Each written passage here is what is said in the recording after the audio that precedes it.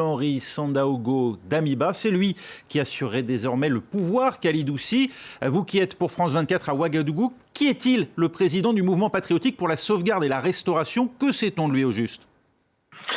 Bah, pour l'instant, on a très peu d'informations sur le lieutenant-colonel Paul-Henri Sandaogo Damiba. C'est un officier supérieur d'infanterie dans l'armée burkinabé. Aux dernières informations, il serait diplômé de l'école militaire de Paris. Mais pour l'instant, on a très peu d'informations. On sait qu'il a été l'auteur d'un livre, Armée ouest africaine et terroristes, réponse incertaine. Le communiqué annonce aussi la fermeture des frontières à compter de minuit, la dissolution du gouvernement et de l'Assemblée nationale. La Constitution, elle est officiellement suspendue aujourd'hui. Oui, dans un discours plutôt sobre d'ailleurs, lu à la télévision nationale, à 17h25 heure locale, par le capitaine Sistore Kader Ouedraogo, qui était justement à la gauche du lieutenant Damiba.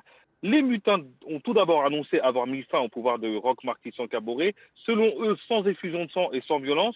Ils précisent que le président se trouve en sécurité, mais ils n'ont pas bien entendu indiquer son lieu de détention.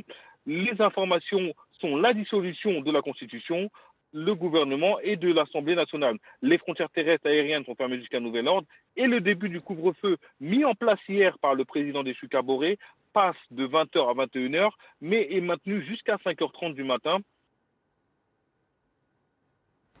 Kalidoussi, Oui, vous vous m'entendez? nous entendez? On vous entend, allez-y.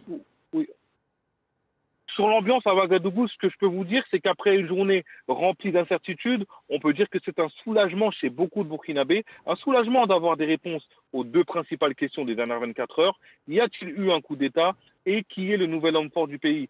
Juste après l'allocution des mutins à la télévision, une centaine de personnes s'est réunie sur la place de la Nation pour exprimer leur joie. Il faut savoir que cette place fait face à un camp militaire, le camp Guillaume Ouedraogo, duquel des militaires sont sortis pour saluer la foule venue les acclamer. La nouvelle question dont devront répondre les militaires dans les prochains jours ou les prochaines semaines se porteront sur la transition politique, mais nous n'en sommes pas encore là. Pour le moment, comme je l'ai dit, c'est le soulagement qui domine à Ouagadougou. Merci Kalidoussi avec nous en direct de Ouagadougou.